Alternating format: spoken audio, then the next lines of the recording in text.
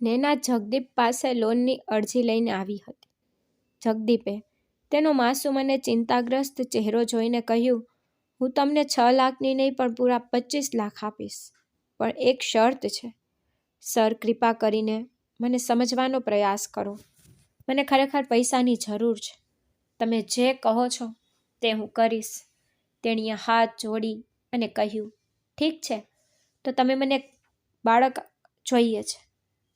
શું તમે મારી સાથે 1 વર્ષ માટે કોન્ટ્રાક્ટ મેરેજ કરશો? જો તમે ઈચ્છો તો.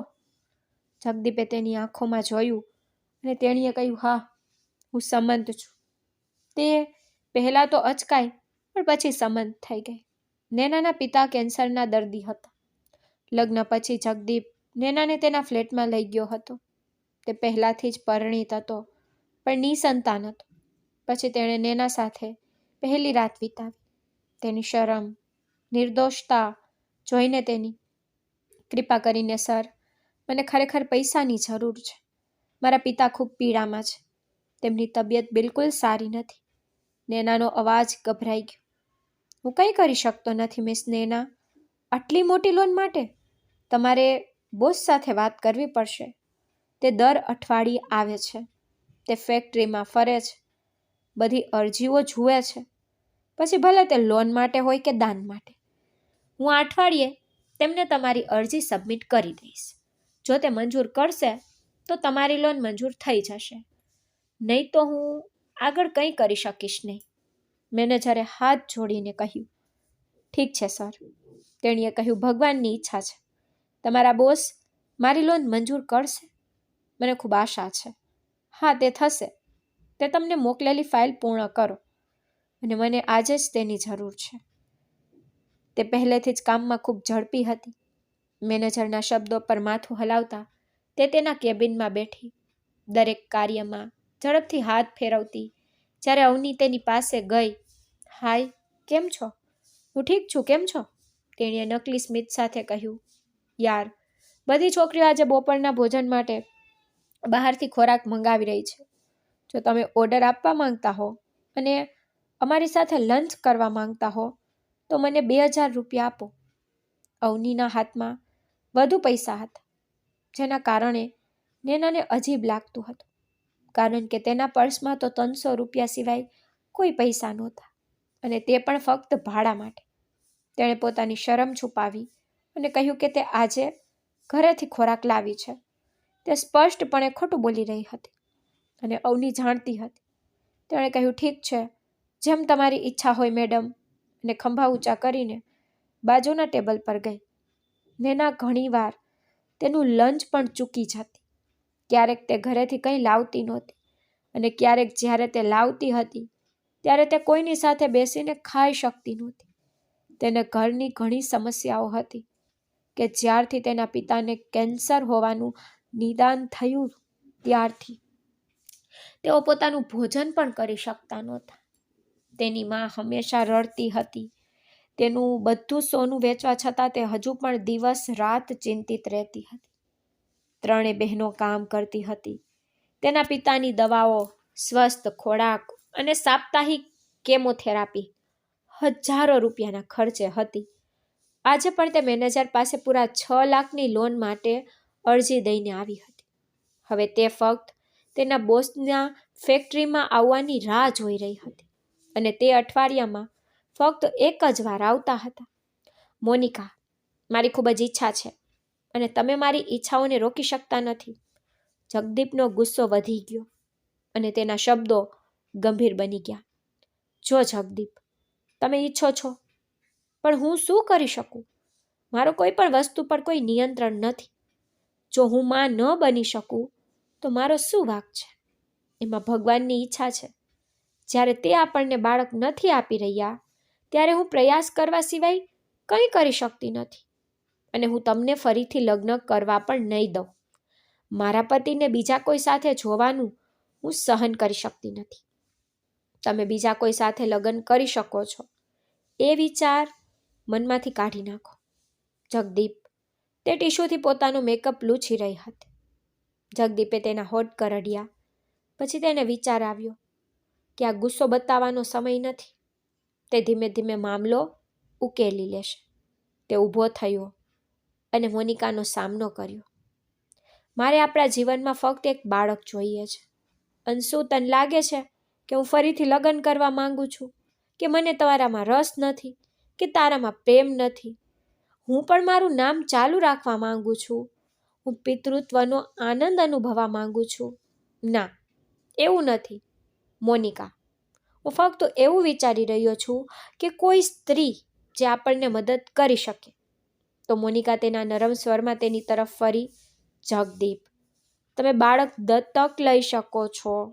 મોનિકાએ જગદીપ તરફ જોતા કહ્યું. ના મોનિકા, મને મારું પોતાનું બાળક જોઈએ છે. મને મારું પોતાનું લોહી જોઈએ છે. એવું કોઈ જે મારી નસોમાં વહેતું હોય. જો આપણે કોઈ બીજાનું બાળક દત્તક લઈએ તો તે આપણું લોહી નહીં હોય. અને હા, બીજા કોઈનું લોહી બીજા કોઈનું છે. જગદીપે આંખો ચડાવીને કહ્યું. તો એવી સ્ત્રી કોણ હશે જે લગ્ન કરશે, બાળક પેદા કરશે અને પછી તને છૂટાછેડા આપશે? એવું નહીં જગદીપ. હું તમારા પર બીજી સ્ત્રીનો પડછાયો પણ સહન કરી શકતી નથી. તે બાળક ફક્ત મારું નહીં હોય, તે આપણા બંનેનું હશે મોનિકા. જગદીપે તેને આશ્વાસન આપવાનો પ્રયાસ કર્યો, પણ તે વિચારમાં ખોવાયેલી હતી. ઠીક છે, જુઓ શું થાય છે, તેણે આકસ્મિક રીતે કહ્યું. એ સ્ત્રી કોણ હશે જે તમારી સાથે લગ્ન કરશે, બાળક પેદા કરશે, પછી તમને છૂટાછેડા આપશે અને તમને છોડી દેવા તૈયાર થશે? મોનિકાને ખાતરી હતી કે જગદીપને આવી સ્ત્રી ક્યાંય નહીં મળે. તે ખુશીથી હસતી હતી. મોનિકા અને જગદીપના લગ્નને 10 વર્ષ થઈ ગયા હતા, પરંતુ લગ્નના માત્ર 2 વર્ષ પછી બંનેને ખબર પડી કે મોનિકા ક્યારેય ગર્ભ ધારણ કરી શકશે નહીં. છતાં તેણીએ જગદીપને ભગવાનના ચુકાદાની રાહ જોવાનું કહ્યું.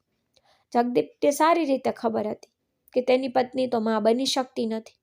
જ્યારે તેને આ વાત સમજાઈ ત્યારે ઘણું મોડું થઈ ગયું હતું.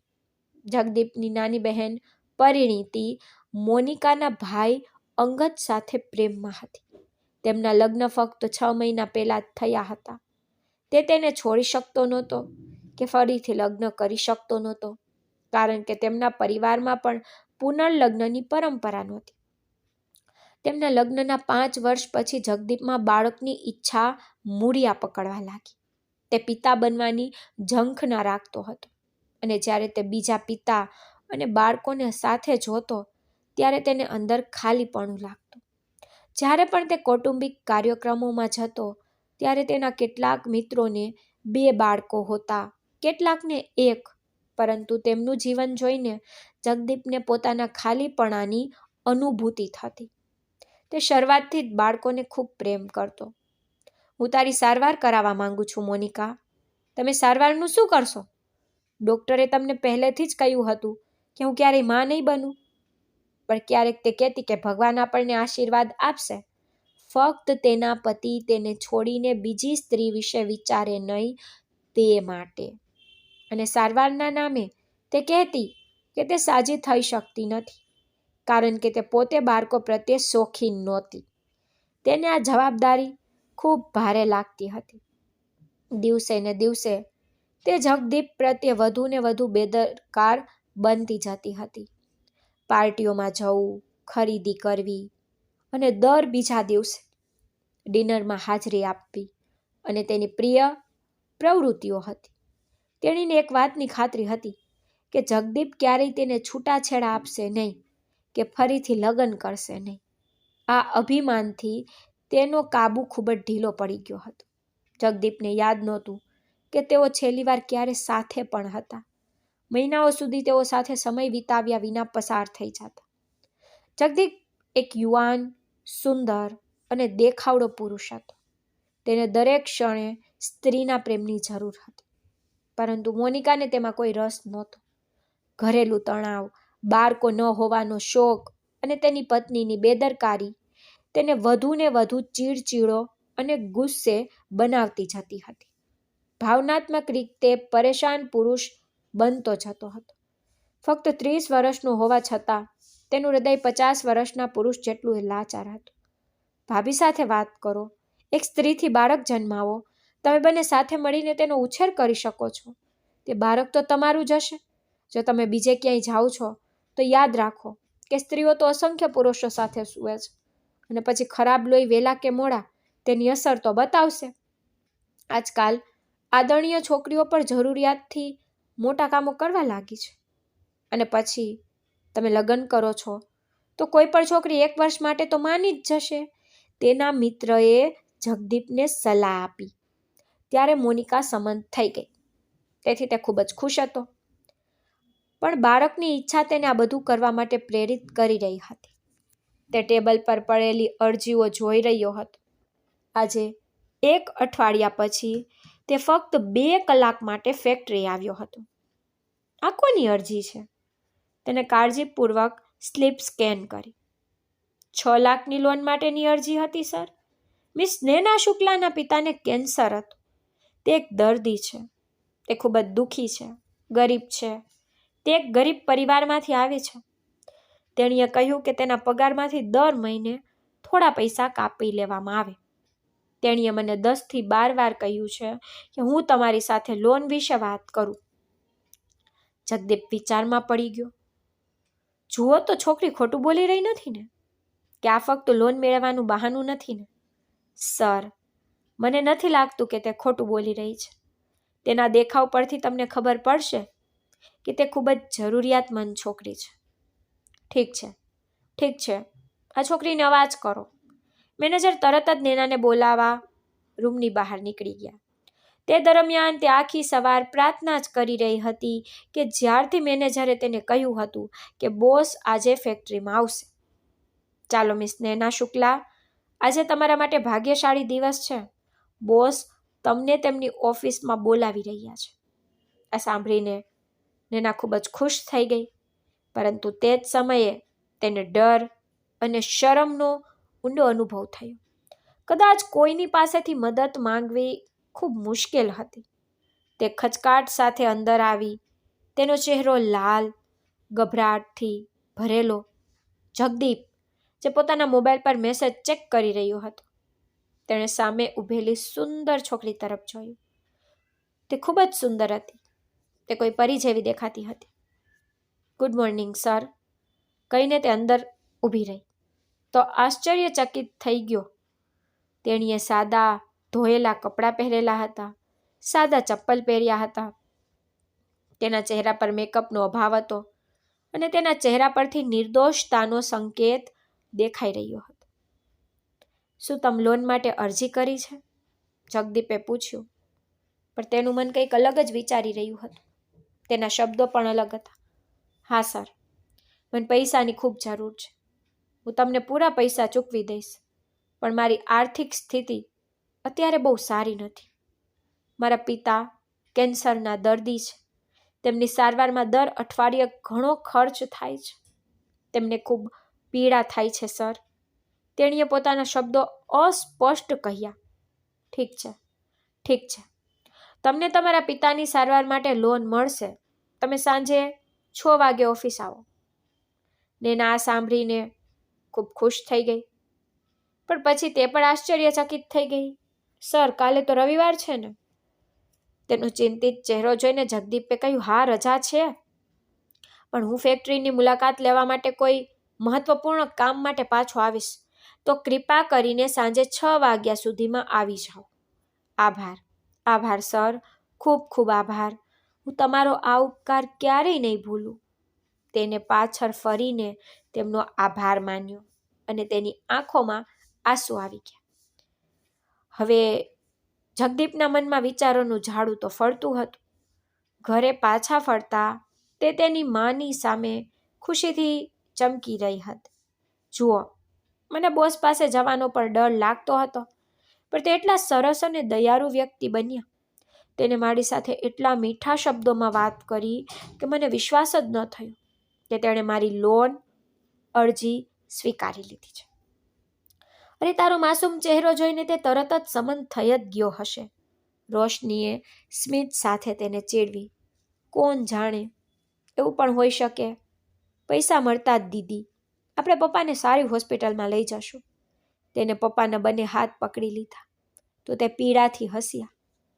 તે પોતાની બીમારીથી એટલા પરેશાન નહોતા જેટલા તેની દીકરીઓના ચિંતાતુર ચહેરા જોઈને થતા હતા. ભગવાને તેને 3 દીકરીઓનો આશીર્વાદ આપ્યો હતો. 3ય બુદ્ધિશાળી, મહેનતુ. સૌથી મોટી રોશની સ્કૂલમાં ભણાવતી, પછી નેના જે કંપનીમાં કામ કરતી, અને સૌથી નાની કિરણ ફક્ત બાળકોને ઘરે ટ્યુશન જ નહીં પણ તેની માને ઘરના કામમાં પણ મદદ કરતી. પરંતુ પરિવાર ખૂબ જ મુશ્કેલ સમયમાંથી પસાર થઈ રહ્યો હતો. સંદીપ શુક્લાની અચાનક બીમારી કેન્સર હોવાનું બહાર આવ્યું. ઘરનો સામાન પણ વેચવા લાગ્યો. પરંતુ 3ય બહેનો હાર માની લે તેવી નહોતી. તેઓ તેમના પિતાને શ્રેષ્ઠ સારવાર કરાવવા માંગતી હતી. તેથી નેનાએ લોન માટે અરજી કરી. બીજા દિવસે તે સાંજે બરાબર 6 વાગ્યે ફેક્ટરીમાં પહોંચી. જોકે તે દિવસે બધાને રજા હતી. સિક્યોરિટી ગાર્ડ અને થોડા ઓફિસ સ્ટાફ સિવાય કોઈ આવ્યું નહોતું. પરંતુ બોસે તેને તે ક્ષણે ફોન કર્યો હતો. તે ગેટ પર પહોંચતાની સાથે ગાર્ડ તરત જ ગેટ ખોલ્યો અને તેને અંદર જવા કહ્યું. કારણ કે જગદીપે તેને પહેલેથી જ કહી દીધું હતું કે જો કોઈ છોકરી આવે તો તેને ગેટ પર રોકવાની જરૂર નથી, તેને સીધી અંદર મોકલી દેવી. તેથી તે તરત જ અંદર ગઈ. તે સમજી ગઈ કે તે સમયે જગદીપ ઓબેરોય ફેક્ટરીમાં હતા. થોડીવાર પછી તેને નેનાને તેની ઓફિસમાં બોલાવી. હવે તે તેની સામે ઊભી હતી. જગદીપ તેને ધ્યાનથી જોઈ રહ્યા હતા. સરળતામાં લપાટાયેલો તેનો ચહેરો ખૂબ જ ખટકાટ અનુભવી રહ્યો હતો. કદાચ તેના માટે કોઈની સામે હાથ લંબાવવો સહેલો નહોતો. આજે પહેલી વાર તેણે પવિત્રતા અને નિર્દોષતાની સુંદર અપેક્ષા જોઈ હતી. તમારે 6 લાખ રૂપિયાની જરૂર છે? તે વચ્ચે વચ્ચે વાત કરવા લાગ્યો. નેનાએ કહ્યું, હા સર, હું દર મહિને મારા પગારમાંથી થોડા પૈસા કપાવતી રહીશ. હું તમને મારા કામ વિશે ફરિયાદ કરવાની તક ક્યારેય આપીશ નહીં કે હું કોઈ રજા પણ નહીં લઉં, અને હું શક્ય તેટલી વહેલી તકે તમારું લોન ચૂકવવાનો શ્રેષ્ઠ પ્રયાસ કરી. ઠીક છે તો મિસ નેના, તમને લોન મળશે. 6 લાખ નહીં પણ 25 લાખ રૂપિયા. પણ તમારે એક કામ કરવું પડશે. નેનાની આંખો પહોળી થઈ ગઈ. તેણે આશ્ચર્યથી કહ્યું, શું સાચન સર? તેને આટલી મોટી રકમની જરૂર જ હતી? કારણ કે તેના પિતાની સારવાર કરાવી જરૂરી હતી. નહીતર કેન્સર જેવી ગંભીર બીમારીમાંથી સાજા થવું તેમના માટે મુશ્કેલ હોત. પછી તેણે ઝડપથી કહ્યું, સર, મને ખરેખર પૈસાની જરૂર છે. તમે જે કંઈ કહો તે હું કરવા તૈયાર છું. પણ આટલા પૈસા ચૂકવવામાં મને ઘણો સમય લાગશે. જગદીપ એક ક્ષણ માટે મૌન રહ્યો. પછી તેના ચહેરા તરફ ધ્યાનથી જોતા તેને કહ્યું, તમારે પૈસા ચૂકવવાની જરૂર નથી. તેને આગળ કહ્યું. તેની નજર તેના ચહેરા પર ટકેલી હતી. પણ તે થોડું મુશ્કેલ હતું. પરંતુ જો તમે ઈચ્છો તો તમે સરળતાથી મારી ઓફર સ્વીકારી શકો છો અને તેનો લાભ લઈ શકો છો. તે તમારા પરિવારની ઘણી સમસ્યાઓ હલ કરી દેશે. ખરેખર મિસ નેના, મને એક છોકરીની જરૂર છે જે મારી સાથે લગ્ન કરે. મને તેનાથી બાળક જોઈએ છે. તેના ખોરાક, કપડાં અને તબીબી બિલનો બધો ખર્ચ મારી જવાબદારી રહેશે. પણ બાળકનો જન્મ થતાં જ હું તેને આઝાદ કરી દઈશ. પણ જો તમે મારા માટે આ કરો છો તો હું તમને ફક્ત 25 લાખ રૂપિયા જ નહીં આપું, પરંતુ હું તમારા પિતાની યોગ્ય સારવાર પણ કરાવીશ. આ મારું તમને વચન છે. જગદીપને આ કહેતા ખૂબ જ અજીબ લાગ્યું. પણ બીજી બાજુ નેના હતી તે તેના પ્રતિભાવની રાહ જોઈ રહી હતી. જે ત્યાં સંપૂર્ણપણે મૌન ઊભી હતી. તેની આંખો કંઈક શોધી રહી હતી. કૃપા કરીને કહો મિસ નેના, કૃપા કરીને જવાબ આપો. જગદીપ અંદરથી ગભરાઈ ગયો હતો. જો કોઈ પણ છોકરી આ સાંભળે તો પ્રતિક્રિયા તો આપવાની જ છે. તે આવું જ વિચારી રહ્યો હતો. પણ નેનાનું મૌન તેના માટે સંપૂર્ણપણે અસહ્ય હતું. સર, ખરેખર તમે મારા પિતાની સારવારની સંપૂર્ણ જવાબદારી લેશો? તેઓ સંપૂર્ણ સ્વસ્થ થઈ જશે? તેના મોંમાંથી શક્ય તેટલી વહેલી તકે આ શબ્દો નીકળી ગયા હતા. જગદીપને થોડી રાહત થઈ. કેમ નહીં? કારણ કે મેં તમને વચન આપ્યું છે તો હું તે પાડીશ જ, પરંતુ બદલામાં તમારે મારા માટે આ કરવું પડશે કે તમે આ માટે સંમત થાવ છો. આ ફક્ત કોન્ટ્રાક્ટ મેરેજ હશે, બીજું કંઈ નહીં. બાળક થયા પછી હું તમને છૂટાછેડા દઈ દઈશ. મારી પત્ની માં બની શકતી નથી. મારી પત્ની અને મને એક બાળકની જરૂર છે, એક બાળક જે મારું લોહી હોય, અને ફક્ત તમે જ આ જરૂરિયાત પૂરી કરી શકો છો. તે એક ક્ષણ માટે મૌન રહી ગઈ. પછી માથું નમાવીને તેને કહ્યું, ઠીક છે સર, હું સંમત છું. જગદીપને વિશ્વાસ ન આવ્યો કે તે આટલી સરળતાથી માની ગઈ. તેને તરત જ જવાબ આપ્યો, તો ઠીક છે, હું આજે જ તમારી અડધી કિંમત આપી દઉં છું, અને બાકીનો અડધો ખર્ચ હું લગ્ન પછી આપીશ, જ્યાં સુધી તમારા પિતાની સારવાર ચાલુ જ રહેશે, અને હું જ તેની સારવાર માટે પૈસા ચૂકવતો રહીશ. નેનાએ એક મોટો નિર્ણય લઈ લીધો હતો, અને તે પણ વિચાર્યા વિના. પરંતુ જો આમ કરવાથી પરિવારની સમસ્યા ઓછી થઈ જાય તો તેણીને તેમાં કોઈ વાંધો નહોતો. જગદીપે તરત જ તેને તેની સાથે આવવાનું કહ્યું.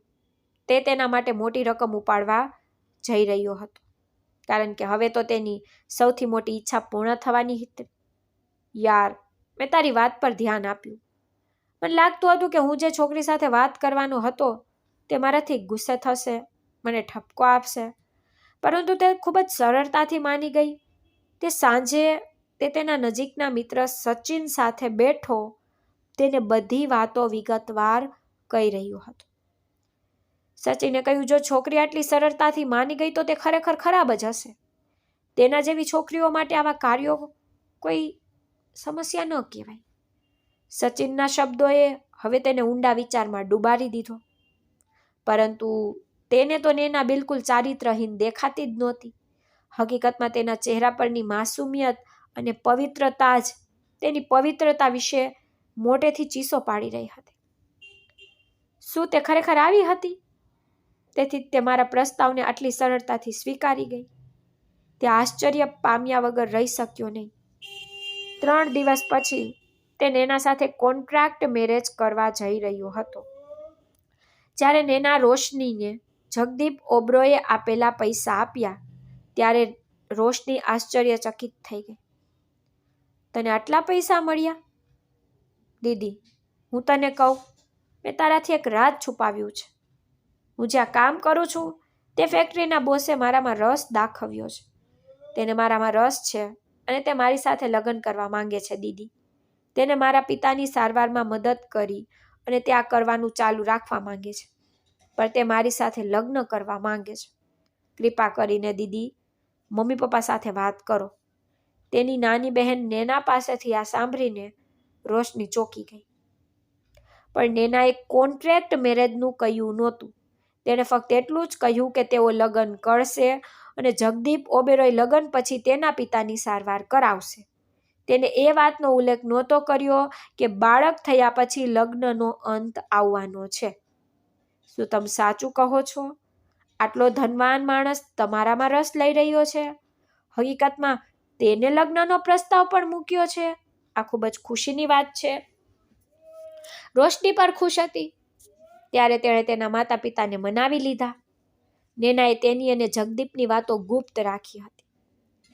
તે લોકો પણ આશ્ચર્યચકિત થયા કે એક દયાળુ વ્યક્તિ જે તેના પિતાની સારવાર કરાવવા માંગતો હતો, તેના માતા પિતાએ ખૂબ જ મુશ્કેલીથી આટલી જલ્દી લગ્ન માટે સંમતિ તો આપી દીધી.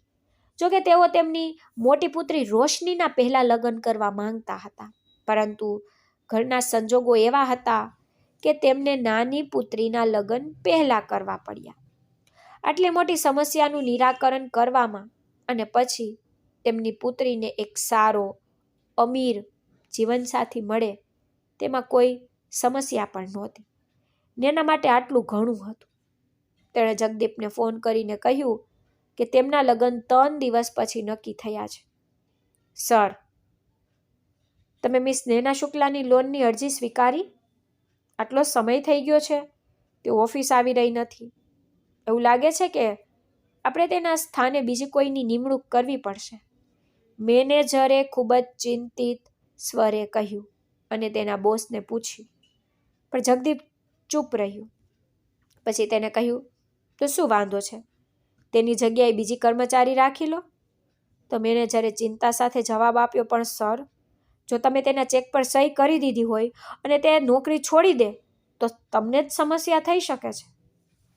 પણ તે પોતાના વિચારોમાં ખોવાયેલો હતો, કારણ કે કોઈને ખબર નહોતી કે ઓફિસમાં કામ કરતી મિસ નૈના શુક્લા થોડા દિવસોમાં જગદીપ ઓબેરોયની પત્ની બનશે.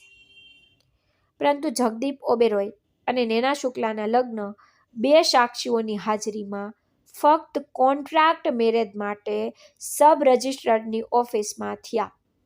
લગ્નમાં કોઈ સંબંધી, કોઈ મિત્રો હાજર નહોતા. જગદીપનો ફક્ત એક મિત્ર સચિન અને નૈનાની મોટી બહેન રોશની અને તેના માતા પિતા સિવાય બીજું કોઈ લગ્નમાં હાજર નહોતું. થોડા સમય પછી તેમના લગ્ન થયા. નૈનાનો પરિવાર ખૂબ જ ખુશ હતો. આખરે આટલી મોટી ફેક્ટરીના માલિક તેમની પુત્રી સાથે લગ્ન કરી રહ્યા હતા. પણ સત્ય શું હતું? કોઈને ખબર નહીં. ફક્ત જગદીપ અને નૈનાને ખબર હતી કે આ કોન્ટ્રાક્ટ મેરેજ છે. 1 વર્ષ પછી જો બાળકનો જન્મ થઈ જાય તો જગદીપ તેને છૂટાછેડા આપીને ઘરમાંથી હંમેશા માટે કાઢી મૂકશે.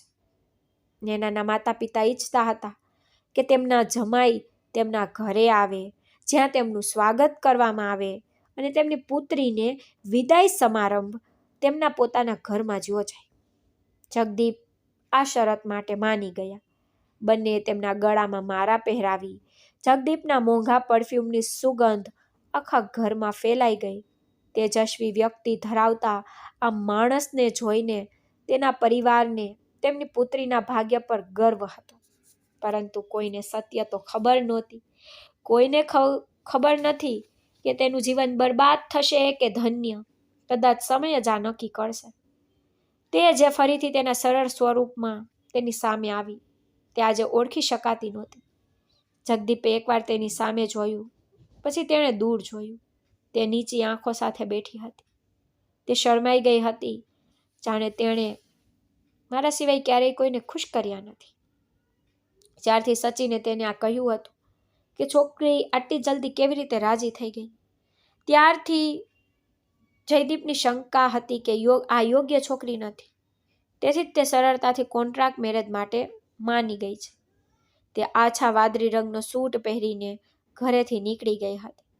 પરંતુ જગદીપે તેને પહેલેથી જ બધી શરતો કહી દીધી હતી કે તે તેની પરવાનગી વિના ક્યારેય ઘરની બહાર નહીં જાય.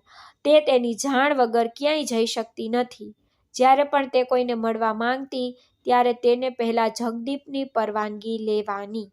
જોકે તે કદાચ 1 વર્ષ પછી જ તેના પરિવારને ફરીથી મળી શકશે. પરંતુ તે ખૂબ જ ખુશ હતી કે તેના પિતાને તો યોગ્ય સારવાર મળશે. તેની બીમારી તો હજુ એટલી ગંભીર થઈ નહોતી. સારવાર પછી તે સંપૂર્ણપણે સ્વસ્થ તો થઈ જશે. તેથી નૈના ખૂબ જ ખુશ હતી. તે પોતાના વિશે વિચારતી નહોતી કે તેને પોતાની ખુશીની ચિંતા નહોતી, કારણ કે તેનું હૃદય તો બધા આનંદથી મુક્ત હતું. તે માથું નમાવીને કારમાં બેઠી. પછી તે તેને ફ્લેટમાં લઈ ગયો. તેણે મોનિકાની પરવાનગી વિના જ નૈના સાથે લગ્ન કરી લીધા હતા. પરંતુ મોનિકાએ તેને કહ્યું હતું કે તે તેના બાળકને જેની પાસે ઈચ્છે તેની સાથે રાખી શકે છે. તેણે નક્કી કર્યું હતું કે જ્યારે નૈના ગર્ભવતી થશે ત્યારે જ તે મોનિકાને આ લગ્ન વિશે જણાવશે અને તેની સાથે સમય વિતાવવો તેના માટે ખૂબ જ મહત્વપૂર્ણ છે. તે તેને ફ્લેટમાં લાવ્યો કે તરત જ ફ્લેટનો દેખાવ સંપૂર્ણપણે બદલાઈ ગયો હતો. આ ફ્લેટ જગદીપ ઓબેરોયનો હતો. તે ક્યારેક તેના મિત્રોને અહીં લાવતો. તેઓ મોડી રાત સુધી વાતો કરતા, પાર્ટી કરતા, હસતા, આનંદ કરતા. પરંતુ એક સમય એવો આવ્યો કે જ્યારે જગદીપે આ બધી વાતોને તેના જીવનમાંથી કાઢી નાખી. પરંતુ આજે તેણે ફરીથી ફ્લેટ સાફ કરાવ્યો હતો. તે નૈનાને 1 વર્ષ સુધી આ ફ્લેટમાં પોતાની સાથે રાખશે. આ યુવાન, માસૂમ છોકરીએ આટલો મોટો નિર્ણય લીધો હતો. પરંતુ આજે જગદીપ સાથે આ ફ્લેટમાં આવતા તેનું હૃદય ડરથી ભરાઈ ગયું. તમારા રૂમમાં જાઓ, આરામ કરો, હું હમણાં જ પાછો આવીશ. કદાચ તે તેના માટે ખાવા માટે કંઈક ગોઠવા ગયો હશે. તે ડરીને રૂમમાં પાછી ફરી રૂમ સંપૂર્ણપણે સજ્જ હતો. ઠંડી એર કન્ડિશનની હોવા છતાં તેના કપાળ પર પરસેવાના મણકા હતા. પછી તે બેઠી અને ખૂણા પર ઝૂકી ગઈ. જગદીપે તેને ખાવા માટે કહ્યું હતું, પણ તેણે સ્પષ્ટ ના પાડી દીધી. કહ્યું કે તેને ભૂખ નથી. તે આવનારી ક્ષણો વિશે વિચારી રહી હતી અને અસ્વસ્થતા અનુભવી રહી હતી. તેની પાસે એક બેગ હતી જે તેની બહેન રોશની દીદી અને તેની માએ તેને આપી હતી. તેમાં તેને જોઈતી બધી વસ્તુ હતી. જો તમે ઈચ્છો તો કપડાં બદલી શકો છો. જગદીપના ભારે અવાજથી તેનું હૃદય કંપાયું. તે શરમ મૂંઝવણમાં મુકાઈને ઊભી થઈ. પછી તે સીધી બાથરૂમમાં ગઈ. જગદીપ તેના ખચકાટથી હેરાન થઈ ગયો. આ છોકરી કેવી રીતે વર્તી રહી છે? સચિન તો બિલકુલ સાચો જ હતો. આ મધ્યમ વર્ગની છોકરીઓ પૈસા માટે કંઈ પણ કરશે. કદાચ તેણે કોઈ બીજા સાથે આ રીતે સમય પણ વિતાવ્યો જ હશે. અને હવે જુઓ કે તે મારી સામે શરીફ હોવાનો ઢોંગ કરી રહી છે. તેને ગુસ્સાથી પોતાની જાતે વિચારી લીધું. પછી તે રૂમ છોડી ગયો. તે લાંબા સમય સુધી લાઉન્જમાં બેઠો હતો. તે લાંબા સમય પછી પાછો આવ્યો. તેની નજર નેના પર પડી, જે હજી પણ ખૂણામાં બેઠી હતી. કદાચ તેની જ રાહ જોઈ રહી હતી. નેનાને ચિંતા હતી કે જો તે સૂઈ જશે તો જગદીપ તેના પર ગુસ્સે થશે અથવા તેનો ગુસ્સો વ્યક્ત કરશે. એટલા માટે આટલી ઊંઘમાં હોવા છતાં તે જાગતી રહી. મને લાગે છે કે આપણે સૂઈ જવું જોઈએ. જ્યારે જગદીપે લાઇટ બંધ કરી ત્યારે નેનાનું હૃદય સૂકા પાંદડાની જેમ ધ્રુજ્યું. તેના અસ્તિત્વમાં એક ધ્રુજાડી દોડી ગઈ. પરંતુ જગદીપ તેની સાથે ખૂબ જ કોમળતાથી વર્તતો હતો. તે હકીકત હોવા છતાં કે તે આટલી ડરી ગઈ હતી. તે આશ્ચર્યચકિત થઈ ગયો કે તે આટલી ગભરાઈ કેમ રહી હતી. તે આટલી ડરી કેમ રહી હતી. જગદીપ પોતે પણ તેના હૃદયની સ્થિતિ જોઈને આશ્ચર્યચકિત થઈ ગયો. પહેલી વાર તે નાના સાથે સમય વિતાવી રહ્યો હતો. વિચિત્ર લાગણીઓ અનુભવી રહ્યો હતો. તેણે પોતાનું અસ્તિત્વ, તેનું હૃદય એક વિચિત્ર ઉલ્લાસમાં ઘેરાયેલું અનુભવ્યું. નેનાએ એકવાર પણ તેની તરફ જોયું નહીં. તેણીએ ઉપર જોયું જ નહોતું. તે શાંત ચહેરો, તે સરળ છોકરીએ જગદીપ ઓબરોયને તેનું ગૌરવ પણ આપી દીધું હતું. નેના ફ્લાયની બારી પાસે ઊભી રહીને રસ્તા પર દોડતી ગાડીઓ જોઈ રહી હતી. આજે તેના લગ્નની પહેલી સવાર હતી. જગદીપ હજુ પણ ઊંઘી રહ્યો હતો. જ્યારે તે વહેલો જાગી ગઈ હતી તો તેને ગુફામાં કેદ રાજકુમારીની વાર્તા યાદ આવી. શું હું તે રાજકુમારીની જેમ આ ફ્લેટ સુધી જ સીમિત રહીશ? કારણ કે જગદીપે તો તેને પહેલેથી જ કહ્યું હતું કે આ લગ્નમાં તે તેની પરવાનગી વિના ક્યાંય જઈ શકતી નથી. જ્યાં પણ તેને જવું હોય તે હંમેશા પહેલા તેને પૂછશે. તે ઊંડા વિચારમાં ડૂબી ગઈ. તે હજુ પણ તેના અસ્તિત્વ પર જગદીપના સ્પર્શની સુગંધ અનુભવી શકતી હતી. તે તેના જીવનનો પહેલો પુરુષ હતો. પહેલા ક્યારેય કોઈએ તેને સ્પર્શ કર્યો નહોતો. પણ તે કેવી રીતે ભૂલી શકે કે આ લગ્ન ફક્ત એક કોન્ટ્રાક્ટ હતો અને તે પણ ફક્ત 1 વર્ષ માટે. જગદીપનું બાળક જન્મતાની સાથે જ તે તેને છૂટાછેડા આપી દેશે. તેને મુક્ત કરશે અને બાળકને તેની પત્ની પાસે પાછું લઈ જશે. આ વિચારો વિશે વિચારતા વિચારતા તેનું હૃદય ડૂબી ગયું. બીજી બાજુ જગદીપ જાગતાની સાથે તેની નજર સીધી ઘડિયાળ પર પડી. તેને શાંતિથી સૂયાને ઘણો સમય થઈ ગયો હતો. તેનું મન પણ ખૂબ જ હળવું હતું. તેણે ફેક્ટરીની મીટિંગ્સ અને એપોઇન્ટમેન્ટ્સને અવગણીને આખી રાત તે પલંગ પર શાંતિથી સૂઈ ગયો. પછી તે ઉઠ્યો અને બાથરૂમમાં ગયો. બહાર આવતાની સાથે જ જોયું કે નેના બારી પાસે ઊભી હતી. તેના અડધા ભીના વાળ પવનમાં ફૂંકાઈ રહ્યા હતા. જ્યારે જગદીપની સુગંધ લાઉન્જમાંથી પસાર થઈ ત્યારે નેના તરત જ પાછળ ફરી ગઈ. તે સામેના સોફા પર બેઠો હતો. તેને જોઈ રહ્યો હતો. જગદીપ આજે ઓફિસ જવાનો મૂડમાં નહોતો. શું તમે નાસ્તો કર્યો? તેને નેનાને પૂછ્યું. ત્યારે તેનો ચહેરો ગુલાબી થઈ ગયો. તેણે તરત જ જવાબ આપ્યો, 1 વર્ષ સુધી તમે મારી જવાબદારી છો. તમારું ભોજન, કપડાં, બધું. તેથી જ હું પૂછી રહ્યો છું. કારણ કે તે તેના મનમાં કોઈ પણ શંકા રાખવા માંગતો નહોતો. તેણે નાસ્તો ઓર્ડર કર્યો અને ટીવી જોવાનું શરૂ કર્યું. નેના પણ નજીકના સોફા પર બેઠી અને તેના નખથી નેન પોલિશ સાફ કરતી હતી. મને લાગે છે કે આપણે જેટલા નજીક હોઈશું તેટલું વહેલું બાળક જન્મશે. તેથી હું આજે ઓફિસ નહીં જાઉં, પણ હું કાલે જઈશ. પછી હું 1 અઠવાડિયા પછી તમારી પાસે પાછો આવીશ, તેણે તેને શાંતિથી કહ્યું. તો નેનાનો ચહેરો લાલ થઈ ગયો. તેથી તે ફક્ત એ સાંભળીને ગભરાઈ ગઈ કે તેને અહીં એકલા રહેવું પડશે, ખાસ કરીને આટલા મોટા ફ્લેટમાં. શું થયું? શું તમે આ ફ્લેટમાં એકલા રહી શકતા નથી? જગદીપે તેનો ચહેરો વાંચી લીધો હોય તેવું લાગતું હતું. હા, હું ક્યારેય એકલી રહી નથી, પણ હું પ્રયત્ન કરીશ. તેના શબ્દો નરમ હતા. ઠીક છે, કારણ કે તમારે અહીં ત્યાં સુધી એકલા રહેવું પડશે જ્યાં સુધી તમે ગર્ભવતી ન થાવ. અને હું મોનિકાને તમારા વિશે કહી પણ નહીં શકું. એટલા માટે હું હમણાં કોઈને કહેવા માંગતો નથી કે મેં ફરીથી લગ્ન કર્યા છે. નેના ચૂપ હતી. જગદીપને ખબર નહોતી કે તે તેની સાથે સતત કેમ વાત કરી રહ્યો છે. તે તેના હૃદયની સ્થિતિથી આશ્ચર્યચકિત થઈ ગયો. થોડીવાર પછી જ્યારે નાસ્તો આવ્યો ત્યારે તેણે નેનાને ટેબલ પર મૂકવાનું કહ્યું. તે તેની શરમ અને ગભરાટ જોઈને આશ્ચર્યચકિત થઈ ગયો. તેણે તેને સ્પર્શ પણ ન કર્યો. કદાચ તેને જગદીપ સામે નાસ્તો ખાવામાં થોડી અજીબ લાગતી. ખાવ, સ્વસ્થ રહો, જેથી મારું ભાવિ બાળક સ્વસ્થ જન્મે. તેથી શરમ અને ગભરાવાનું બંધ કરી દો અને નાસ્તો કરો. જગદીપના શબ્દો સાંભળીને તે ગભરાઈ ગઈ. પાછી માથું નમાવીને તે શાંતિથી નાસ્તો ખાવા લાગી. નાસ્તો કર્યા પછી તે તેના રૂમમાં ગયો. તેનું લેપટોપ ખોલ્યું અને કામ કરવાનું શરૂ કર્યું.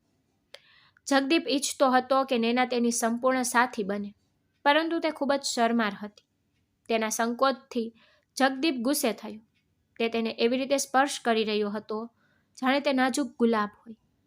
તે આશ્ચર્યચકિત થઈ ગયો. એક વિચિત્ર નશો તેના અસ્તિત્વ પર છવાઈ ગયો. બીજા દિવસે તે ઓફિસ આવ્યો. તેના ખુશખુશાલ વર્તન પર બધા આશ્ચર્યથી તેની તરફ જોતા હતા. તે હંમેશા ગંભીર હાવભાવ રાખતો. જે માણસ ક્યારેય હસતો નહોતો, તે આજે દરેક નાની નાની વાત પર હસતો હતો. તેના શબ્દો નરમ અને આનંદી હતા. તેણે જે કંઈ ઈચ્છ્યું હતું તે તેને મળી ગયું હતું, કારણ કે તેના હૃદયની સ્થિતિ સંપૂર્ણપણે બદલાઈ ગઈ હતી. જ્યારે તે ઓફિસમાંથી ઉઠીને ઘરે જવા લાગ્યો ત્યારે કોઈ અજાણ્યા કારણોસર તેનું હૃદય ધબકવા લાગ્યું. પરંતુ અચાનક તેને તેની ભૂતપૂર્વ પત્ની મોનિકાનો ફોન આવ્યો. 2 દિવસથી ગુમ છો? તમે ક્યાં છો? મારી તબિયત સારી નથી. શક્ય તેટલી વહેલી તકે ઘરે પહોંચી જાઓ. જગદીપે ઊંડો શ્વાસ લીધો અને કાર તેના ઓબેરોય ઘર તરફ ફેરવી. પછી 3 દિવસ પછી તે નેનાના એપાર્ટમેન્ટમાં આવ્યો. જગદીપને જોઈને તેનો ચહેરો ગુલાબી થઈ ગયો અને તેના હોઠ પર ઠંડો પરસેવો થવા લાગ્યો. તમને કંઈ જરૂર હતી? શું તમારી પાસે મોબાઈલ ફોન છે? જો તમને કંઈ જોઈતું હો તો મને એક મેસેજ મોકલો, તેણે ધીમેથી સમજાવ્યું. નેના બોલી, મારી પાસે બધું છે, મને કંઈ જોઈતું નહોતું. પણ તે કેવી રીતે સમજાવી શકે કે તેને તે એપાર્ટમેન્ટમાં 3-4 દિવસ એકલા કેવી રીતે વિતાવ્યા? સેજ પણ અવાજ તેને ચોંકાવી દેતો. જગદીપને જોઈને તેનું હૃદય આનંદથી ભરાઈ ગયું. તે ઈચ્છતી હતી કે તે હંમેશા તેની સાથે રહે. તે એકલી સમય વિતાવી શકતી નહોતી, કારણ કે તે ખૂબ ડરતી હતી. પરંતુ તેના હોઠ સંપૂર્ણપણે શાંત હતા. જગદીપને લાગ્યું કે તે ખૂબ ઓછું બોલે છે. કદાચ તેમનો સાથ લાંબા સમયનો નથી. તેની હાજરી જગદીપ પર એટલી પકડ ધરાવતી હતી કે દિવસ રાત તે તેની ઈચ્છાઓમાં ડૂબી જતો હતો. તે વધુ વહેલા ઘરે આવવા લાગ્યો હતો. તે ક્ષણો અનુભવવા લાગ્યો હતો જે મોનિકા સાથે પણ તેણે આટલી ખુશીથી ક્યારેય અનુભવી નહોતી. અને તે તો નેનાના જીવનમાં પ્રવેશનાર પ્રથમ વ્યક્તિ હતો. તો નેના પોતાને તેના પ્રેમમાં પડતા કેવી રીતે રોકી શકે? જ્યારે પણ જગદીપ તેને સ્પર્શ કરતો ત્યારે તેને તેનું હૃદય ધબકતું અનુભવતું. તે ભૂલી ગઈ કે આ ફક્ત એક કોન્ટ્રાક્ટ મેરેજ હતા તેના બાળક માટેનો સોદો, જેને તે 25 લાખ રૂપિયાના બદલામાં છોડી દેવાની હતી. આ વિચારે જ તેને ચિંતામાં ભરી દીધી. તે ઓફિસમાં હતો ત્યારે તેના મોબાઈલ ફોન પર નેનાનો મેસેજ મળ્યો. તમે આજે મારી પાસે આવી શકો છો? તેનો મેસેજ જોઈને તે હસ્યો. શું થયું? બધું બરાબર તો છે ને? તેણે મેસેજ પણ ટાઈપ કર્યો. હા, બધું બરાબર છે, પણ મારી તબિયત સારી નથી. તેને નેનાના ઘરે ગયાને 1 અઠવાડિયું થઈ ગયું હતું. તે એક સંબંધીના લગ્નને કારણે ત્યાં ગયો નહોતો. તેની તબિયત વિશે જાણ થતાં તે તરત જ ઊભો થઈ ગયો. તેણે મેનેજરને આગળના પગલાં લેવા માટે જાણ કરી દીધી અને તે સીધો એપાર્ટમેન્ટ તરફ ગયો. દરવાજો ખુલતાની સાથે જ તે બારી પાસે બેઠી હતી. ચહેરા પર ઊંડી ઉદાસી છવાઈ ગઈ હતી. આંખો નીચે કાળા કાળા વર્તુળો થઈ ગયા હતા. શું થયું? શું તમે સ્વસ્થ તો છો? જગદીપે તરત જ તેને પૂછ્યું. તેને જોઈને તે હંમેશા અપાર આનંદ અનુભવતી હતી. આ વખતે પણ તે કહેતી, હું બિલકુલ ઠીક છું. આટલું કહીને તે ચૂપ થઈ ગઈ. જગદીપ તેના મૌનથી આશ્ચર્યચકિત થઈ ગયો. કહો, શું થયું છે? શું થયું છે? મને ડૉક્ટર પાસે લઈ જાઓ. તેને ફક્ત એટલું જ કહ્યું. શું તમે સાચું કહો છો? જગદીપ ચોંકી ગયો. નેનાનો ચહેરો ઉતરી ગયો. મને હજુ સુધી ખબર પણ નથી, પણ મને શંકા છે કે કદાચ એવું જ કંઈક હશે. તેના ચહેરા પર સ્મિત અને આનંદ છવાઈ ગયો, જેનાથી તે ખુશ થઈ ગયો. તેને કહ્યું, તો ઠીક છે, ચાલો ખાતરી કરી લઈએ. તે તેને ડૉક્ટર રણવીતા અગ્રવાલ પાસે લઈ ગયો. તેમણે તેની બધી બાબતોનો ઉકેલ લાવી દીધો હતો. ચેકઅપ પૂર્ણ થતાં તેણે જગદીપ તરફ સ્મિત કર્યું, કહ્યું, અભિનંદન, તે ગર્ભવતી છે. તમને તમારા જીવનના સૌથી મોટા સમાચાર મળ્યા છે. જગદીપનું મોં ખુલ્લું જ રહી ગયું. લગ્નના 10 વર્ષ પછી તેને સારા સમાચાર મળ્યા હતા. તેના જીવનની સૌથી મોટી ઈચ્છા તે આ વાત જાણવા માટે ઉત્સુક હતો. ડૉક્ટર, તેને ફરી એકવાર કહ્યું. હા, મિસ્ટર જગદીપ ઓબરોય, તેના અલ્ટ્રાસાઉન્ડ રિપોર્ટમાં ખબર પડી છે કે તમારી પત્ની ગર્ભવતી છે. ડૉક્ટર હસ્યા. કહ્યું, હું કેટલીક વિટામિનની દવાઓ લખી રહી છું. તમારે તે નિયમિતપણે લેવાની જરૂર છે. દરરોજ દૂધ, ફળો વગેરે ખાઓ. તેણે એક પ્રિસ્ક્રિપ્શન લખીને જગદીપને આપ્યું. તે તેને લઈને કારમાં બેસી ગયો. જ્યારે તે કારમાં બેઠી ત્યારે તેનો ચહેરો સ્પષ્ટપણે આનંદથી ભરેલો હતો, જ્યારે બીજાનો ચહેરો ઉદાસીથી ભરેલો હતો. નેના સંપૂર્ણપણે મૌન હતી, કારણ કે તે સારી રીતે જાણતી હતી કે આ બાળકનો જન્મ થતાં જ તેને બાળક અને જગદીપ બંનેના જીવનને છોડી દેવું પડશે. પણ તે આટલી ઉદાસ કેમ હતી? જગદીપે કાગળમાં લખ્યું હતું તે તેના પર ધ્યાન કેન્દ્રિત કરી રહી હતી. પછી ફરીથી વિચારવા લાગી, મારે મર્યાદામાં રહેવું જોઈએ. હું બિનજરૂરી રીતે મારી જાતને એ આનંદમાં પોષી રહી છું કે તે મારા પ્રેમમાં પડી ગયો છે. તે પોતાની જાત પર મોટેથી હસી. તેણીને મૌન જોઈને જગદીપે કહ્યું, હવે તો તમારે પહેલાં કરતાં વધુ તમારી સંભાળ રાખવી પડશે. જો તમને બીજું કંઈ જોઈએ છે તો તરત જ મને ફોન કરો અથવા મેસેજ કરો. તમે સમજો કે હું શું કહી રહ્યો છું, સાચું ને? તેણે તેની તરફ ધ્યાનથી જોયું. કોઈ કારણસર જગદીપને તેની આંખોમાં આંસુઓ ચમકતા અનુભવ્યા. તેણે પોતાની આંખો નીચી કરી અને કહ્યું, હા, હું પ્રયત્ન કરીશ. હું શક્ય તેટલી બધી રીતે મારી સંભાળ રાખી શકું છું. બાળક માટે પણ આ ખૂબ જ મહત્વપૂર્ણ છે. તે હસ્યો. કોઈ કારણસર તેને આજે રાત્રે નેના સાથે રહેવાનું મન થઈ ગયું. પણ અચાનક મોનિકાએ ફોન કર્યો. તેણે એક નવપરિણીત યુગલને આમંત્રણ આપ્યું હતું, જેના લગ્ન તેઓ થોડા દિવસ પહેલા હાજર રહ્યા હતા. જગદીપ, જલ્દી આવો. તમે ક્યાં છો? બધા તમારી રાહ જોઈ રહ્યા છે યાર. તમે હંમેશા રાત્રિ ભોજન માટે મોડા કેમ આવો છો? મોનિકા ગુસ્સે થઈ ગઈ. જગદીપે ફોન કાપી નાખ્યો. તેના ચહેરા પર ઊંડા વિચારના ભાવ દેખાયા. તેણે મોનિકાને હજુ સુધી કંઈ કહ્યું નહોતું. થોડીવાર પછી તેણે નેનાને તેના એપાર્ટમેન્ટમાં છોડી દીધી. તમે ઠીક તો છો ને? તેને જતાં પહેલાં પૂછ્યું. ના, હું બિલકુલ ઠીક છું, કંઈ નથી. જતાં પહેલાં જગદીપે અચાનક તેના ગાલને સ્પર્શ કર્યો અને પછી પાછો ગયો. કોણ જાણે કેટલા સમય સુધી જગદીપ તરફ તે જોતી જ રહી. તે કલ્પના પણ કરી શકતી નહોતી કે તેની અનિચ્છા છતાં તે તેના પ્રેમમાં પડી ગઈ છે. થોડા દિવસ પછી જગદીપ તેને મળવા આવ્યો તો એક આધેડ વયની સ્ત્રી પણ તેની સાથે હતી. તે સંધ્યા કાકી હતી. આ સ્થિતિમાં તારે એકલા રહેવું યોગ્ય નથી, એટલા માટે મેં એક સ્ત્રીની વ્યવસ્થા કરી છે. તે 24 કલાક તમારી સાથે રહેશે.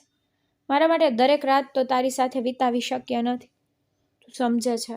તેથી તારે તારી સંભાળ રાખવી પડશે.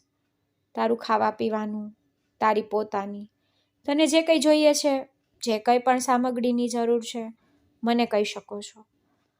તું કહે તો તે પહેલાં જ હું તે બધું તારા માટે તૈયાર કરવાનો પ્રયાસ કરીશ. જે તેના આગમનથી એટલી ખુશ હતી કે તેનો ચહેરો લાલ થઈ ગયો હતો. તેને તારી કેટલી ચિંતા છે નેના?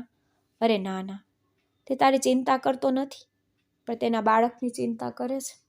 તે તારા શરીરને પ્રેમ કરતો નથી કે તારા ચહેરાને પણ. આ બાળકના જન્મ પછી તે તારો પડછાયો જોવા પણ માંગશે નહીં. તે ફક્ત તેના ભાવિ બાળકની ચિંતા કરે છે, જેના માટે તેના લગ્ન કર્યા છે. નેનાના મનમાં આવા નિર્ણયો થઈ ગયા હતા અને તેના ચહેરા પર ઉદાસી ફેલાઈ ગઈ હતી. તે મૂંઝવણમાં કદાચ પરેશાન દેખાતી હતી, પણ તે નોકરાણીને રાત્રે અને દિવસ બંને સમયે નેનાને ખાવા પીવાની કાળજી કેવી રીતે રાખવી તે કહી રહ્યો હતો. તે સ્ત્રી જગદીપને ધ્યાનથી સાંભળી રહી હતી.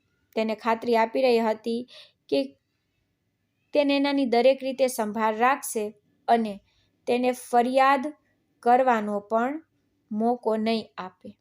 આજે રાત્રે જગદીપ તેની સાથે હતો. તે પોતે ખૂબ જ અસ્વસ્થતા અનુભવી રહ્યો હતો, કારણ કે દરેક રાત્રે તે નેનાની નજીક રહેવા, તેની સાથે દરેક ક્ષણ વીતવા માટે ઝંખતો હતો. ખૂબ લાંબો સમય થઈ ગયો હતો. તેણે મોનિકા વિશે વિચારવાનું પણ છોડી દીધું હતું, પણ તેનાથી તેને કોઈ તકલીફ નહોતી પડી. તેની પાસે તો વ્યસ્ત રહેવાના ઘણા કારણો હતા. તેની સાથે થોડી ક્ષણો વિતાવ્યા પછી તે સવારે વહેલા ઓફિસ જવા નીકળી ગયો. તે દિવસે પણ તેની એક મહત્વપૂર્ણ મીટિંગ હતી. જ્યારે તે કારમાં બેઠો ત્યારે અચાનક તેની નજર એપાર્ટમેન્ટની બારીના કાચ પર પડી તો નેના ત્યાં ઊભી હતી અને તેને જતી જોઈ રહી હતી. તે આશ્ચર્યચકિત થઈ ગયો અને અનૈચ્છિક હોવા છતાં તેનો હાથ ઊંચો થઈને તેને બાય કહી રહ્યો હતો. એક લહેર સાથે નેના તરત જ બારીમાંથી પાછળ હટી ગઈ અને જગદીપ અંદરથી હસ્યો. નોકરાણી સંધ્યાના આગમનથી નેનાની ઘણી વ્યસ્ત બની ગઈ હતી, નહીતર તે આખો દિવસ એકલી રહેતી હતી. તે હમણાં જ તેના 5મા મહિનામાં પ્રવેશ કરી રહી હતી. જેમ જેમ દિવસો પસાર થતા ગયા તેમ તેમ તેના ચહેરા પર ચિંતા અને તકલીફ સ્પષ્ટ દેખાતી ગઈ.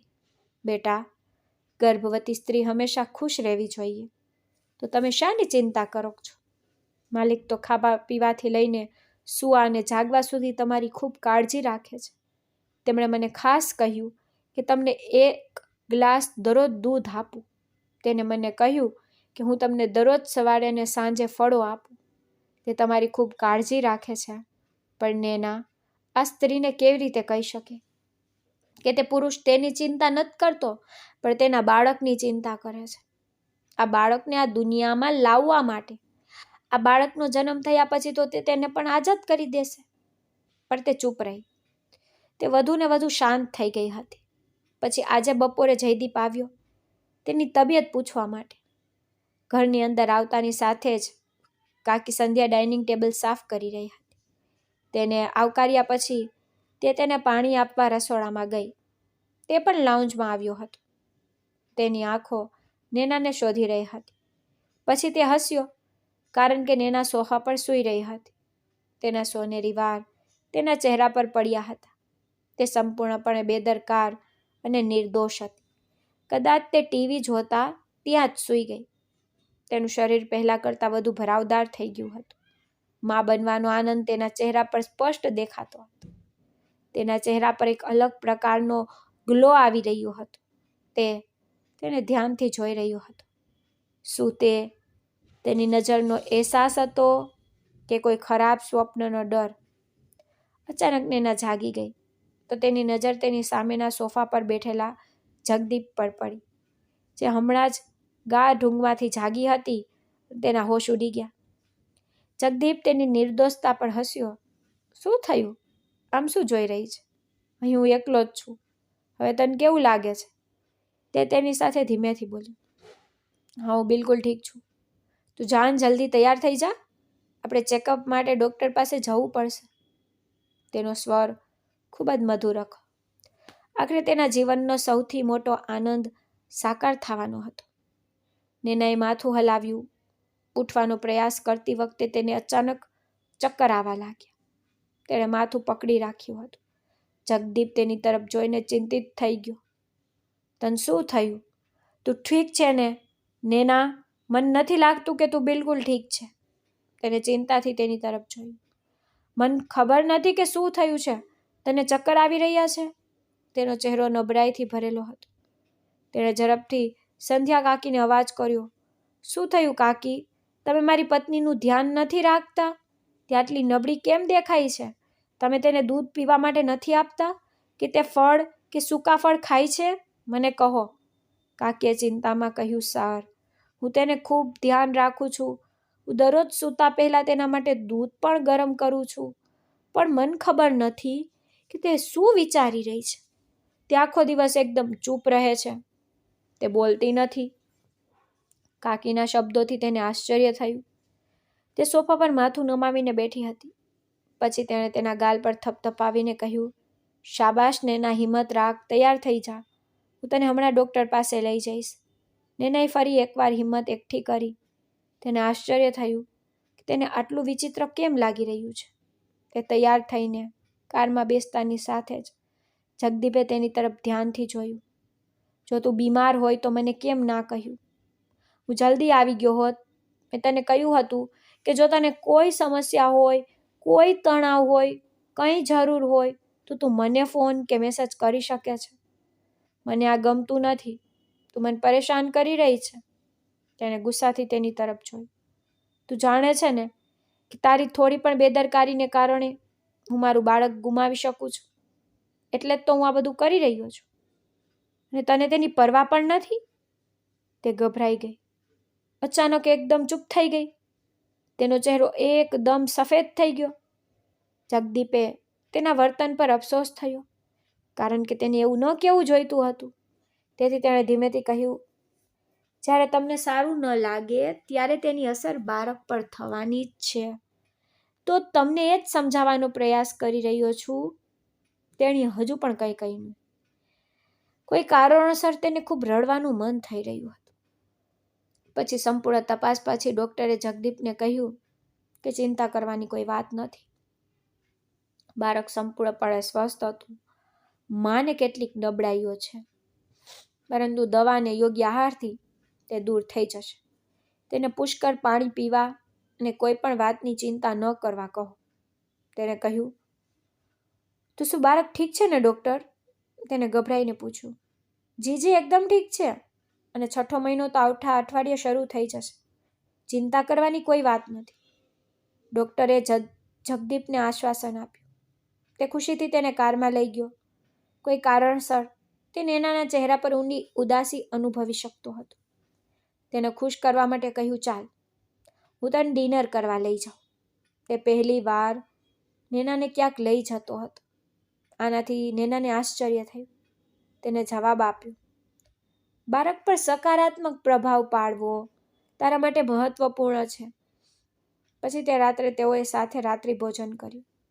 તે વિચારી રહી હતી, એટલા દયાળુ ન બનો જયદીપ કે જ્યારે હું તમને છોડીને જાઉં ત્યારે મારું દિલ ફાટી જાય. ઊંડાણમાં તે જગદીપના પ્રેમમાં પડી ગઈ હતી. તે રાત્રે તેની સાથે રહ્યો. જગદીપ તેને જોઈને પોતાને નિયંત્રિત કરી શકતો નહીં. હવે તે તેના હૃદયના સંબંધોથી ડરવા લાગ્યો હતો, જે આ નિર્દોષ અને ભોળી છોકરી પ્રત્યે વ્યસની બની રહ્યો હતો. તે જ ક્ષણો ધીમે ધીમે પસાર થવા લાગી. તે ઝડપથી પસાર થતા દિવસોમાં ફેરવાઈ ગઈ. અંતે તેના પ્રસ્તુતિના દિવસો આવ્યા. તે પીડાથી તડપતી હતી. જગદીપે તેનો હાથ પકડ્યો. તેને પીડાથી તડપતી જોઈને તે ગભરાઈ ગયો. તે ખૂબ જ મુશ્કેલીથી આ બાળકને જન્મ આપી રહી હતી. ડૉક્ટર થોડી વાર પછી હસતી બહાર આવી. અભિનંદન, દીકરાનો જન્મ થયો છે. જયદીપે રાહતનો શ્વાસ લીધો. હાથ જોડીને ભગવાનનો આભાર માન્યો. ડૉક્ટરને પૂછ્યું, મારી પત્ની કેવી છે? હા, તે પણ બિલકુલ ઠીક છે. તે થોડી નબળી છે. તેનું ઘણું લોહી વહી ગયું છે. તેને લોહી ચડી રહ્યું છે. જે ચિંતાતુરથી જગદીપ સાથે વાત કરી રહી હતી. જગદીપ બાળકને લઈને તેની પાસે ગયો. તે નિસ્તેજ થઈ ગઈ હતી. આભાર, તમે મને ખૂબ જ સારી ભેટ આપી છે. હવે હું આ બાળકને મોનિકા પાસે લઈ જઈશ. આ બાળક તેના માટે એક મોટું આશ્ચર્ય હશે. કૃપા કરીને હું તમને કંઈક કહેવા માંગુ છું. નેનાના શબ્દો સાંભળીને તે પાછો ફર્યો. હા, મન કહો, તમે શું કહેવા માંગો છો નેના? જગદીપ તેની આંખોમાં જોઈ શક્યો નહીં. પછી તેણે પોતાનો ચહેરો ફેરવી લીધો અને કહ્યું, જગદીપ, મારી પાસે તમારા માટે એક વિનંતી છે. કૃપા કરીને મને છૂટાછેડા ન આપ. હું તમારા જીવનમાંથી અદૃશ્ય થઈ જઈશ. હું ક્યારેય પાછી નહીં આવું. પણ હું તમારા નામ સાથે જોડાયેલ રહેવા માંગુ છું. તે હજુ સ્વસ્થ પણ થઈ નહોતી અને નિસ્તેજ ચહેરા સાથે તે જગદીપને વિનંતી કરી રહી હતી. જગદીપ ત્યાં મૌન અને સદબદ ઊભો હતો. તેણે પરિસ્થિતિનું દુઃખ તેના ચહેરા પરથી સ્પષ્ટપણે દેખાતું હતું. તે હજુ પણ પથારીમાં સૂતી હતી. તેને બાળકનો આનંદ આપીને, પરંતુ તેણે આ બધું પૈસા માટે કર્યું હતું. અચાનક જગદીપના અંદરથી એક અવાજ આવ્યો. તેને પૈસા માટે આ કર્યું હતું, પરંતુ તેણે તે પૈસા પોતાના અસ્તિત્વ માટે લીધા નહોતા. તે તેના પિતાનો જીવ બચાવવા માટે હતા. જો તે લોભી સ્ત્રી હોત તો તે બીજાના કલ્યાણ વિશે કેમ વિચારતી? તે ઊંડા વિચારમાં ખોવાઈ ગયો. તેને આટલો મૌન જોઈને નેના ગભરાઈ ગઈ. પછી શાંત સ્વરમાં તેને કહ્યું, હું અત્યારે મારા બાળક સાથે જઈ રહ્યો છું. હમણાં ડૉક્ટરે કહ્યું છે કે તને 3 દિવસ હોસ્પિટલમાં રાખવામાં આવશે. તારી હાલત અત્યારે સારી નથી. પછી હું નિર્ણય લઈશ. તેને આ ગંભીરતાથી કહ્યું અને દૂર થઈ ગયો. નેનાએ આંસુભરી આંખોથી તેની સામે જોયું. તેણે મોનિકાને ફોન પર પહેલેથી જ કહી દીધું હતું કે તે તેના માટે એક સરપ્રાઈઝ લાવી રહ્યો છે. તેણીને ઘરે જ રહેવું. મોનિકા હવે તેની અધીરાઈથી રાહ જોઈ રહી હતી. તેણીને આશ્ચર્ય થયું કે તે તેના માટે કેવા પ્રકારનું ગિફ્ટ લાવવાની યોજના બનાવી રહ્યો છે. તેને આશ્ચર્ય થયું કે તે શું લાવશે. તે આશ્ચર્યચકિત થઈ ગઈ. થોડીવાર પછી તે બાળકને તેના હાથમાં લઈને અંદર આવ્યો તો મોનિકા તરત જ 2 ડગલા દૂર ચાલી ગઈ અને બાળકને પકડવાની પણ ના પાડી દીધી. આ કોણ છે? આ કોનું બાળક છે? શું તમે તેને દત્તક લીધું? તે ચીસો પાડવા લાગી. ના મોનિકા, મેં તેને દત્તક લીધો નથી. તે મારું પોતાનું બાળક છે. તે મારું લોહી છે. મેં તને કહ્યું હતું ને કે મને એક બાળક જોઈએ છે, અને તે પણ મારું પોતાનું લોહી. અને તે મને આ બાળકને આ દુનિયામાં લાવવાની પરવાનગી આપી છે. અને હવે આ બાળક આ દુનિયામાં આવ્યું છે. અમે બંને માતા પિતા બની ગયા છીએ. જુઓ, કેટલું સુંદર બાળક છે. તે ખૂબ જ ખુશ દેખાતો હતો. જુઓ જગદીપ, મને વિશ્વાસ નથી થતો કે કોઈ છોકરી તમારા માટે બાળકને જન્મ આપી શકે છે. તે તેની સાથે લગ્ન કર્યા હશે. તે તેના પર આરોપ લગાવી રહી હતી. હસતા હસતા તેને કહ્યું, હા, મેં તે છોકરી સાથે લગ્ન કર્યા, પણ તે ફક્ત એક શરત પર લગ્ન હતા, બીજું કંઈ નહીં. અને બીજું, હું તે સ્ત્રીને છોડી દઈશ જેને આ બાળકને જન્મ આપ્યો હતો. તારે અમારી વચ્ચે શું છે તેની ચિંતા કરવાની જરૂર નથી મોનિકા. પણ હવે તું માં બની અને આ બાળકને ઉછેરશે. મોનિકા ગુસ્સે થઈ ગઈ અને ચૂપ થઈ ગઈ. થોડી વાર પછી તેણીએ ગર્જના કરી, પણ હું આ બાળકની જવાબદારી ઉપાડી શકતી નથી. તો ચાલો તેને ઉછેરવા માટે એક સંભાળ રાખનારી વ્યવસ્થા કરીએ. તમે જાણો છો કે હું કેટલી વ્યસ્ત છું. મને પહેલાંથી જ બાળકોમાં કોઈ રસ નથી. તેથી જ આ જવાબદારી સંપૂર્ણપણે તમારા પર આવશે. તમે નોકરાણી રાખો કે તેને જાતે ઉછેરો, હું તેના માટે કંઈ કરીશ નહીં. હું આ બાળક માટે કોઈ જવાબદારી મારા પર બિલકુલ લાદતી નથી. મોનિકાના મોઢેથી આ શબ્દો સાંભળીને તેને ખૂબ દુઃખ થયું. તેને આશ્ચર્યથી તેની સામે જોયું. તમે શું કહી રહ્યા છો મોનિકા? મેં તમારા માટે ઘણું બધું કર્યું અને તમે આ બાળકને ઉછેરવાનો ઇનકાર કરો છો? તમે તેને કેમ ઉછેરી શકતા નથી? તમે નથી ઈચ્છતા કે અમારા બાળકો આ દુનિયામાં આપણું નામ રાખે? તમે કેવા પ્રકારની પત્ની છો? તે હવે ખૂબ ગુસ્સે હતી. જુઓ જગદીપ, હું એક વાતનો સ્પષ્ટ જવાબ આપવા માંગુ છું કે હું આ બાળક જેવી ગડબડમાં પડવા માંગતી નથી. અમારા લગ્નને 10 વર્ષ થયા છે. એકબીજાને સમજવા માટે આટલો સમય તો ઘણો છે.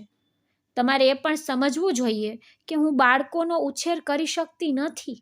હું કોઈ પણ વાતની જવાબદારી લઈ શકતી નથી. તે ખંભા ઊંચા કરીને પોતાના રૂમમાં ચાલી ગઈ અને જગદીપ બાળકને પકડીને તેને જતી જોઈ રહ્યો હતો.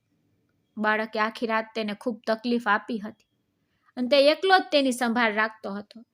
જ્યારે મોનિકા તેના રૂમમાં ગઈ, શાંતિથી સૂઈ ગઈ, તેના હૃદયમાં એક વિચિત્ર વિચાર આવ્યો. આ બાળક જેની માં હજુ જીવિત છે, હોસ્પિટલમાં હશે, તેના માટે તરપતી હશે. આ બાળક પોતે તેની માને શોધી રહ્યું છે. તેની આંખો તેના પ્રેમની શોધી રહી છે. તો હું આ માસૂમ બાળકને તેની માંથી કેવી રીતે અલગ કરી શકું? જ્યારે હું જેને તેની માં બનવાનું વિચારી રહ્યો છું, તે તો તેની માં બનવા પણ તૈયાર નથી. તે તેને ધિક્કારે છે. જો તે તેની સંભાળ પણ નહીં રાખે તો મારું શું થશે? હું વારંવાર આ છોકરી વિશે વિચારતો રહીશ, જેણે આ બાળકને જન્મ આપ્યો છે, જે તેની જૈવિક માં છે. તેની અંદરથી એક અવાજ આવ્યો અને એક ક્ષણમાં તેને નિર્ણય લઈ લીધો. તે તરત જ સવારે 4 વાગ્યે હોસ્પિટલ દોડી ગયો. પણ પલંગ ખાલી હતો. નેના ક્યાં છે? દુઃખી થઈને તેણે ડૉક્ટરને પૂછ્યું, જેમણે કહ્યું કે મેં તેને શાંત કરવાનો પ્રયાસ કર્યો, પણ તે ખૂબ રડી રહી હતી. તેણે પોતે ડ્રીપ પણ કાઢી નાખી, ઘરે એકલી ચાલી ગઈ, તમારી પર રાહ ન જોઈ. આ સાંભળીને તે ખૂબ જ પરેશાન થઈ ગયો અને તેનું માથું પકડી લીધું. બાળક સતત રડતું હતું. પછી તે બીજું કંઈ કરી શક્યો નહીં. કારમાં બેઠો, બાળકને કાકી સંધ્યાને સોંપ્યું અને તેને કારમાં પાછળ બેસવા કહ્યું અને તે નેનાના ઘરે ગયો. કારણ કે તેને ખબર હતી કે તે ત્યાં જ હશે, બીજે ક્યાં જશે. દરવાજો ખુલતાની સાથે જ તે રડી રહી હતી. તેની માને કહી રહી હતી, જો તેઓ મારા બાળકને લઈ જાય તો હું સહન કરી શકીશ. હું એ હકીકત પણ સહન કરીશ કે મેં તે માણસને પ્રેમ કરવામાં 1 વર્ષ વિતાવી દીધું, પણ મને કંઈ મળ્યું નથી. પણ હું તે મને છૂટાછેડા આપે તે સહન નહીં કરું. હું મારા જીવનને તેના નામે કાયમ માટે જીવવા માંગુ છું. તેના શબ્દો સાંભળીને જગદીપ ચોંકી ગયો. તે જ સમયે તેની બહેન રોશનીએ તેના કાનમાં કહ્યું, જુઓ, તમારા પતિ તમારા બાળકને લાવ્યા છે. એવું લાગ્યું કે તે સ્વપ્ન જોઈ રહી છે. તે પાછળ ફરી કે તરત જ જગદીપ તેની સાથે ઊભો હતો, તેના બાળકને પકડીને. માં, તેમને કહો કે તે અહીંથી ચાલ્યા જાય. તેઓ મને છૂટાછેડા આપવા આવ્યા છે અને હું આ સહન કરી શકતી નથી, તેણીએ કહ્યું અને તેના હાથ તેના કાન પર ઢાંકી દીધા. જગદીપ આગળ વધ્યો, તેના હાથ ઊંચા કર્યા, બોલ્યો, હું તને લેવા આવ્યો છું, મારા બાળકની માને. હું એક માને તેના બાળકથી અલગ કરીને પાપ કરવા માંગતો નથી અને હું તે છોકરીથી અલગ થવા માંગતો નથી જે મને ખૂબ પ્રેમ કરે છે. આ સાંભળીને હાજર બધા આશ્ચર્યચકિત થઈ ગયા. શું તમે સાચું કહો છો? હું સ્વપ્ન નથી જોઈ રહી ને? તે તેને વારંવાર આ પ્રશ્ન પૂછતી રહી અને જગદીપ હસ્યો. ના, હું ખૂબ સારી રીતે સમજી ગયો છું કે વ્યક્તિ ગમે તેટલી શરતો મૂકે, ભલે ભવિષ્ય માટે ગમે તેટલી યોજનાઓ બનાવે, પણ જે થાય છે તે ભગવાન ઈચ્છે છે. અને ભગવાને મને શીખવ્યું છે કે સંબંધો શરતો પર બંધાતા નથી, સંબંધો હૃદયથી બંધાય છે. તેણે નેનાનો હાથ પકડ્યો. તે તેને અને તેમના બાળક સાથે ફ્લેટમાં પાછું આવ્યું. નેના હસતી હતી, વારંવાર પોતાના દીકરાને ચુંબન કરતી હતી. પછી તે જગદીપને પ્રેમાળ નજરે જોતી. તે પણ તેની તરફ ઝંખનાથી જોઈ રહ્યો હતો. તે જાણતો હતો કે હવે મોનિકા સામે ઊભા રહેવું પડશે. મોનિકા ફક્ત તેની બહેનનું ઘર જ નહીં પણ કદાચ તેનું અને નેનાનું જીવન પણ બરબાદ કરશે, પરંતુ એક માં અને તેના બાળક માટે તેને બધા સાથે લડવું પડશે. તેને નક્કી કરી લીધું હતું કે તે નેનાને તેના જીવનમાંથી દૂર નહીં કરે અને કરી શકશે પણ નહીં, કારણ કે તેને મોનિકા તરફથી જેમ પ્રેમ નહોતો મળ્યો, નેનાએ તેને તે માટે પાગલ બનાવી દીધો હતો. થોડો સમય વીતી ગયો હતો. મોનિકા પોતાના અભિમાનમાં રહી ગુસ્સે કે જગદીપે ફરીથી લગ્ન કેમ કરી લીધા. તે પણ જગદીપ પર બદલો લેવા માંગતી હતી, તેથી તેણે પણ બીજા પુરુષ સાથે લગ્ન કરી લીધા. તેને લાગતું હતું કે તે પોતાનું આખું જીવન નિસંતાન વિતાવશે, મિત્રો સાથે પાર્ટી કરશે, તેના બધા ખરાબ કાર્યો કરશે, પરંતુ એવું નહોતું. ભવિષ્યમાં ફક્ત પોતાના બાળકો અને પરિવાર જ ઉપયોગી થાય છે. તેણે જગદીપને પોતાના પર છોડી દીધો હતો. જોકે જગદીપને મોનિકાને છોડી દેવાનો કોઈ અફસોસ નહોતો, કારણ કે તેને પણ તેની ખુશીની પરવા નહોતી. તે હંમેશા ફક્ત પોતાના હિતોની ચિંતા કરતી. આજે પણ જગદીપ અને નેના ખૂબ ખુશ છે અને તેમના બાળકનો ઉછેર કરી રહ્યા છે. તો મિત્રો, મને આશા છે કે તમને અમારી વાર્તા ગમી હશે. જો તમને તે ગમી હોય તો કૃપા કરીને વિડીયોને લાઈક કરો. જો તમે ચેનલ પર નવા છો તો કૃપા કરીને ચેનલને સબસ્ક્રાઈબ કરો. અને હા, નોટિફિકેશન બેલને જરૂરથી દબાવો જેથી તમને આગળની અપડેટ મળી રહે. ધન્યવાદ.